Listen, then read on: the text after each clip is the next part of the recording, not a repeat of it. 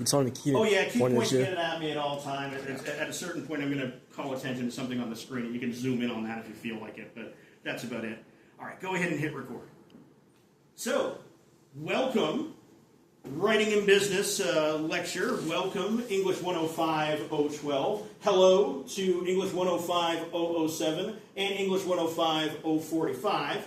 What I've done is put together this packet, which is the Tar Heel Writing Guide's chapter on writing in business, and I've gone ahead and shared my own little personal take on it. That is Joe's take on writing in business. Okay, so today we're going to go over writing in business, and I'm going to make my personal contributions to the best of my ability. Writing in business was a popular topic for me to share with the class, and this is a chance for me to go over it and give you as much as I can. Now, I'm going to try to make this as interactive as I can. I'm going to try to throw out as many questions as I can and give you guys a chance to contribute to our conversations. Now, you are going to learn pretty quickly why I would never be an ideal fit for a corporate environment, but you do need a little bit of me. That is, you need somebody, okay, whose job it is to get you to think outside the box when it comes to corporate business writing environments. A little Joe calling out to you and getting you to think about some of the things that maybe we take for granted in writing in business scenarios. Now,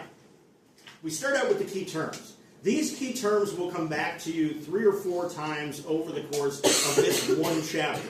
Okay, they really want to emphasize plain language, emphasis strategies, universal design and inclusivity, you-centered language, positive tone, and audience analysis. And I would argue that audience analysis is one of the things that I do in my classes, and therefore what I do in here can help you in a business environment. But let's get started with the question of inclusivity. All right? Now, the chapter reads, inclusivity focuses on ensuring that your communications are accessible to all audiences, regardless of culture, gender, age, sexuality, and ability. Your business communications have to be accessible, okay, to people regardless of their culture, gender, age, sexuality, and ability. Here's my question for you as we get started. How do you make your communications accessible to people regardless, wow, that was a loud slam, regardless of culture, gender, age, sexuality, ability, etc.? What do? Anna? You don't use like technical terms, like you just explain things. Yeah, that's covered actually on the first page with the question of jargon.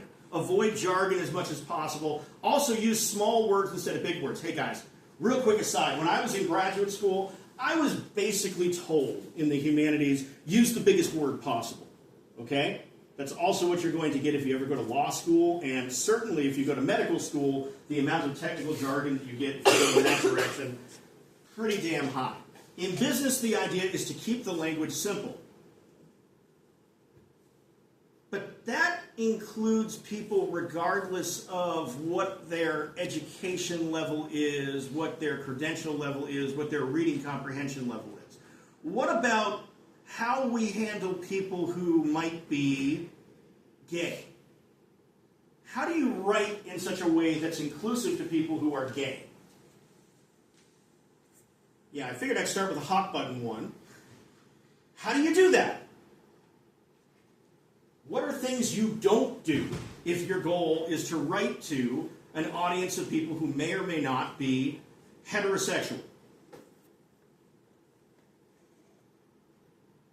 Let's say there's a memo that you're writing on Valentine's Day. What's language not to include in a memo you compose on Valentine's Day, if you're trying to be inclusive of people regardless of what their sexuality is? Yep. Boyfriend, girlfriend. Yeah, I mean, some people could have, right? People who are they, them, theirs, right? Non-gender conforming. I mean, another thing about that is boyfriend, girlfriend. I mean, we could add to that husband, wife, right? Some people are married, some people aren't married. Hey, here's another thing about Valentine's Day. You guys seen those flyers around campus, the ones that say, be sure to think about your single friends on Valentine's Day? What's up with that? Has anybody actually looked into what those flyers are about? Yeah, I didn't think so. Yeah, they're kind of obnoxious on a certain level. Hey, here's a thing. Valentine's Day is one of those holidays that you probably want to avoid mentioning too much in a corporate setting, period.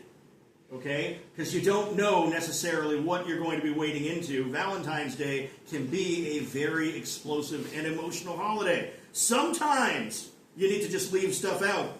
What about ability? How do you compose texts regardless of people's ability? What ability are we talking about here? I have a son. He has a wheelchair. How do we compose a text that accommodates for people who can't walk? He can actually walk, but he still needs his wheelchair for comfort's sake. How do we compose texts so that we're bearing in mind that not everybody is capable of making the same journey?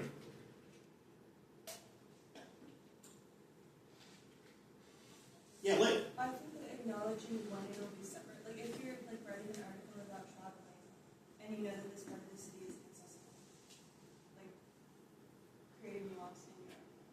That's a good one. Another thing is knowing your audience in the first place. Hey guys, some of you should apply to the Honors Carolina program here at UNC. Guaranteed, some of you are absolutely in a position where you should be honors students here at UNC. If you write a letter to the honors program at UNC and you address it to whom it may concern, will that work? If you apply to the honors program and you address your cover letter to whom it may concern, why won't it work? Because you know who you're writing to. If you say to whom it may concern? No, if you're writing to Honors Carolina and you already know who you're writing to, it doesn't seem like that's... So in theory, you should know who you're writing to. Yeah, Brooke, go ahead after that. Also, like, not that they don't care about you, but like they're not really concerned about you. And Oh, I like that. Yeah, I didn't really think about the verb concern, but also it should be like he's right. It should be as specific that you know who you're writing to. Yeah. And you should say who you're writing to. yeah, it's important for me to consider you all as my audience. I try my best to know each one of you individually. Hence, we have that whole questionnaire on the first day of class, where it's my job to try to get to know a little bit about each and every one of you. Okay? If you're writing to Honors Carolina and applying to the Honors Carolina program, you should know exactly who is going to read that letter. Okay? Somebody mentioned in my other class, well, it's a 15-minute walk.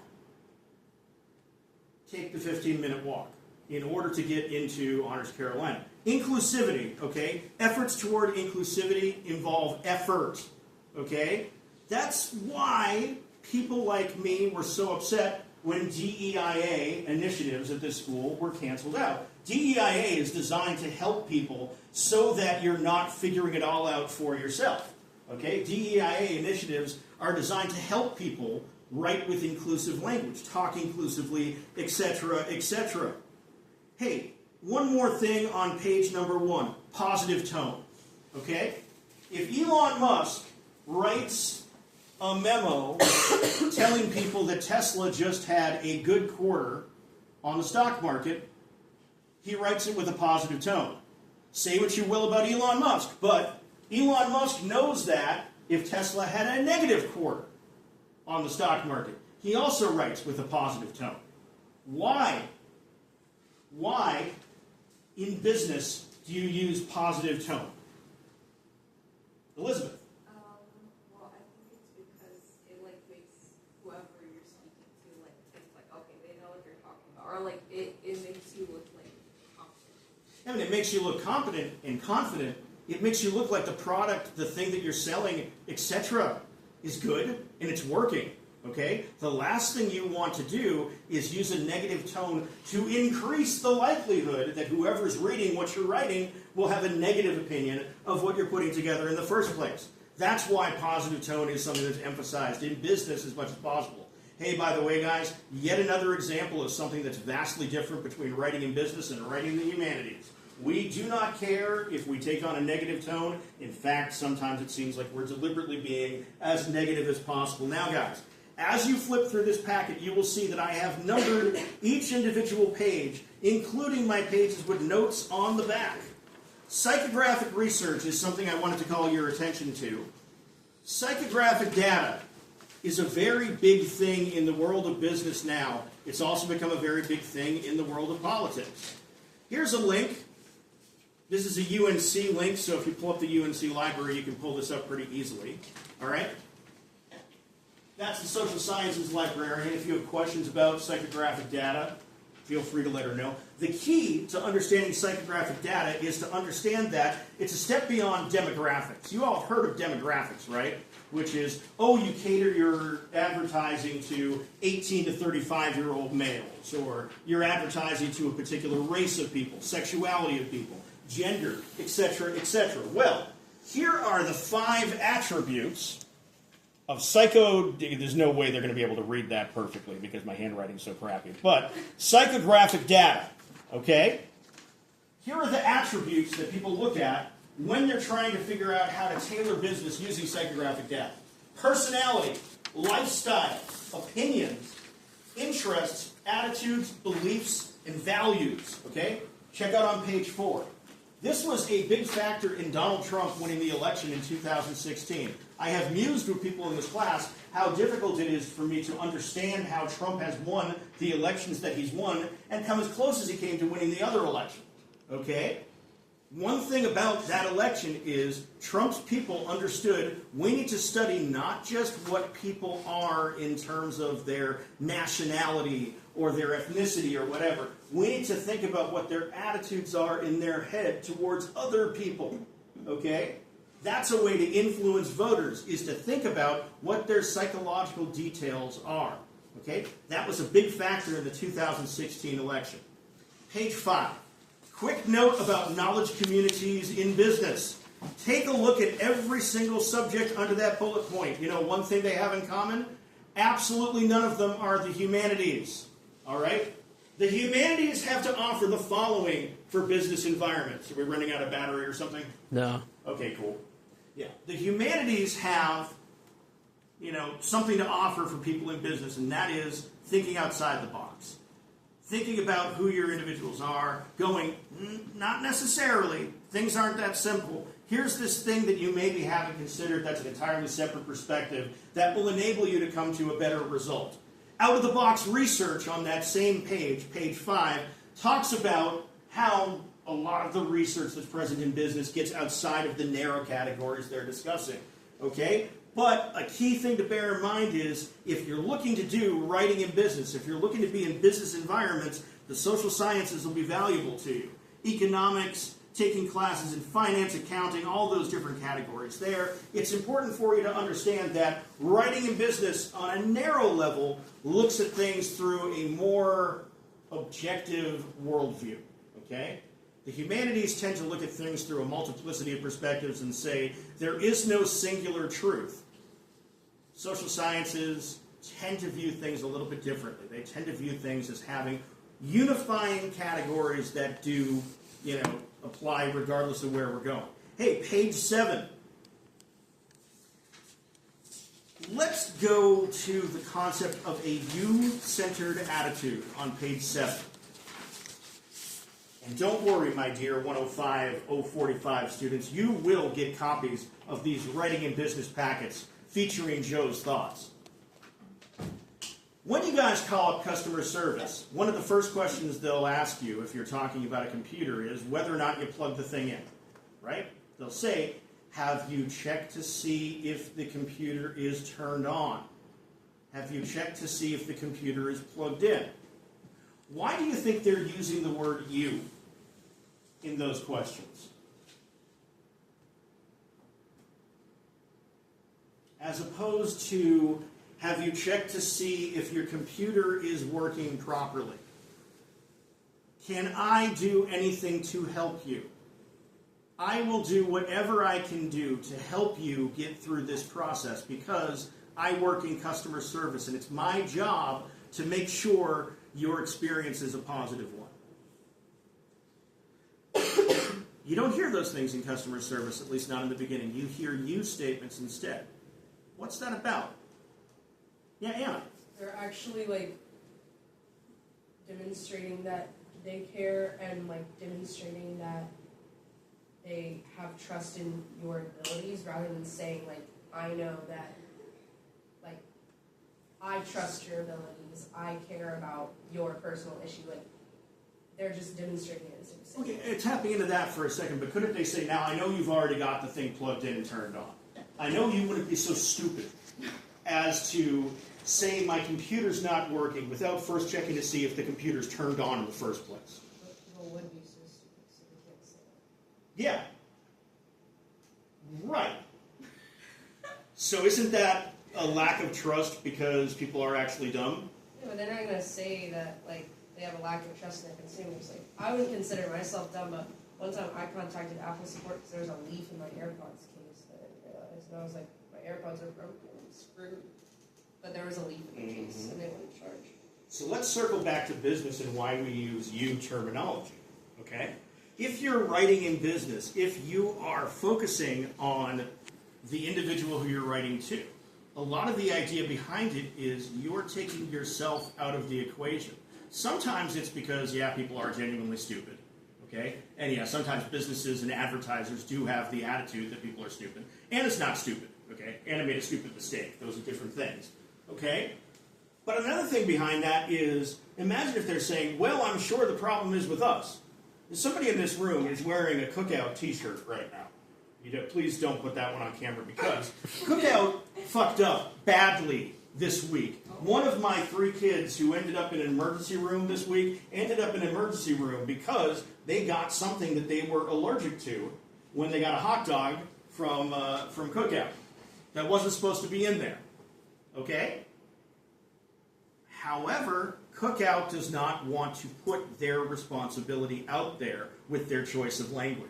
That's not how they're going to do it.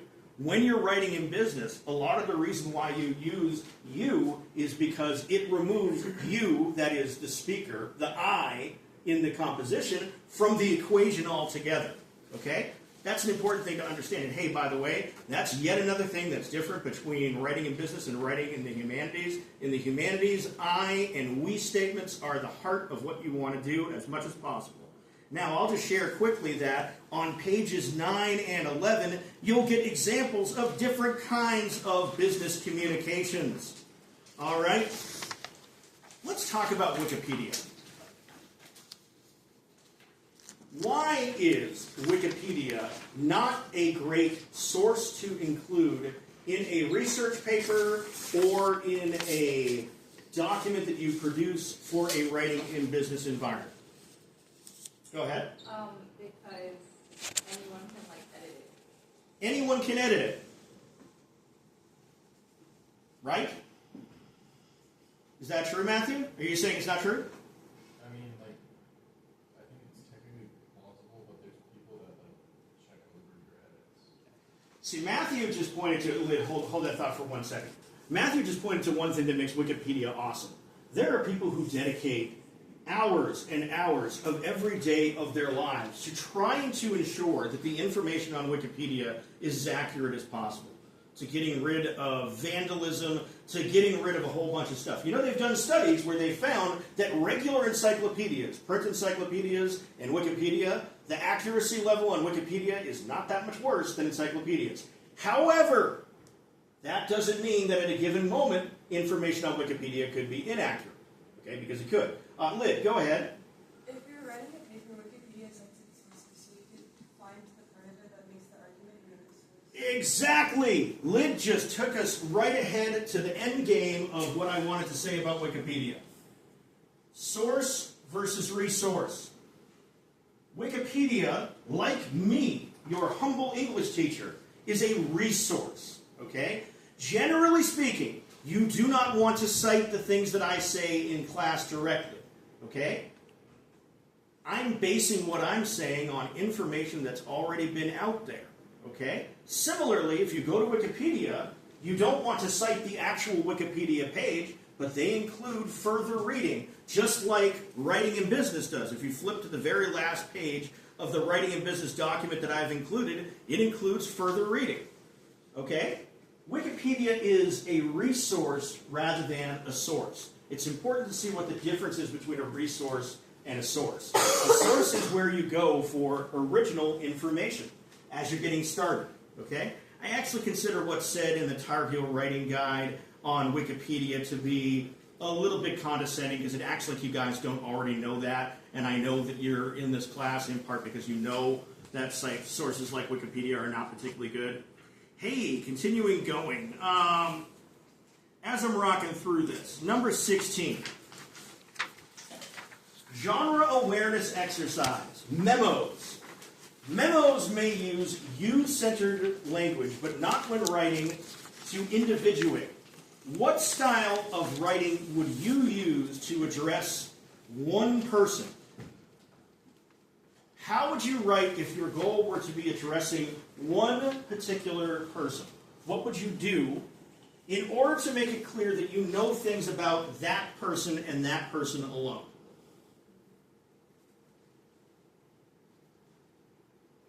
When you do unit number 2, as a point of fact, you're going to be writing your letter to one state employee. Brooke's going to be writing to the Commissioner of Wake County Schools. Okay? It's going to be Brooke's job to write that letter, right, with an awareness of who the Commissioner of Wake County Schools is. She can't write it as if she's writing to a business-related matter. Okay? So if you're writing a memo, and you're directing it to a bunch of people, how do you individuate those people? Yeah. Well, at the start of the unit, you asked us, why do they care? Like what gets them out of bed in the morning? Great question. So, yeah, I guess reminding them of that, using those you statements to remind them of why it affects them. Absolutely, yes. When you're talking about the question of the agent, okay? When you're writing 2-2 this weekend, you're going to be asked who you're writing to. I want you to tell me exactly how you're going to appeal to that person in particular. In business environments, you're frequently addressing a lot of people, and your writing has to deal with the fact that you're writing to a lot of people, right? Some people may or may not be, a certain way. But when you're writing to one individual person, you need to figure out what gets them out of bed in the morning. They call that hitting them where they live in business communications, okay? A little bit more about that later. On to page 17 in my self-made document, okay? It's worth noting that this textbook is written in a business communication style, okay? Check out the numbers right there, right? I understand why a lot of you want to do bullet points. I understand why a lot of the time when I get emails from you guys, right? Here's what this says about an effective email. Identifies the writer if the reader does not know who they are. I can't tell you how many times I've gotten emails from students that say, "Hi, my name is Brooke, and I am a student in your class." I'm not saying Brooke has done that specifically, but I've had a lot of students who will identify themselves after they've gotten to a point where I know exactly who they are. That's because they're used to writing effective emails by following this template, okay? Guys, when you are following a template, you need to think about when the template does and does not apply to what you're writing. If you're writing a letter to the governor of North Carolina, it doesn't do you any good to say, "I am a citizen of the state of South Carolina," okay? In fact, that will make the governor of North Carolina care less about what you're writing, all right? You need to deviate as necessary in order to get everything across. Page 19, we're skipping. That is the presentation side of things. Yes. Little side thought. Business communication, business writing, it's feeling kind of antisocial to me. The way I'm teaching it to you today, it feels like we're getting outside of how you communicate with people in real life. Okay? Here's a thought. Do you think that business writing is the opposite of social media? That is, that business writing, maybe, as it came by, has led to the rise of social media. Do you communicate the way that you communicate in business and school environments on social media? You'll notice there is no Tar Heel Writing Guide section on how to write for social media. I taught a class last semester that was kind of dedicated to writing for social media. I'm teaching a class this summer called Writing and Arguing on the Internet. Take my class called Arguing on the Internet. Okay, now that I'm done pimping. Back to the question of social media and writing in business. Is writing in business antisocial? Soulless? Lifeless? Heartless? Yeah, go ahead, Adrian. It doesn't have to be, but at most it's normally like performative. You're always trying to make yourself appear a certain way to get a certain thing done. So that's, I mean, social media can be performative as well, but it's in like a different way. This one's more performative in like a professional context, which makes things more rigid and antisocial, as you're saying. So here's something I'm going to give to you. Research is one of the things that makes writing in business social. If you research your subject, you can make what you're writing individuated and particular to the person you're writing to. It's an important thing for me to re-establish and re-articulate there. Okay? If you know exactly who the person is who's going to be reading the applications to Honors Carolina, you can make that letter individuated and social because you can hit that person where they live. You can write knowing what gets that person out of bed in the morning. Okay?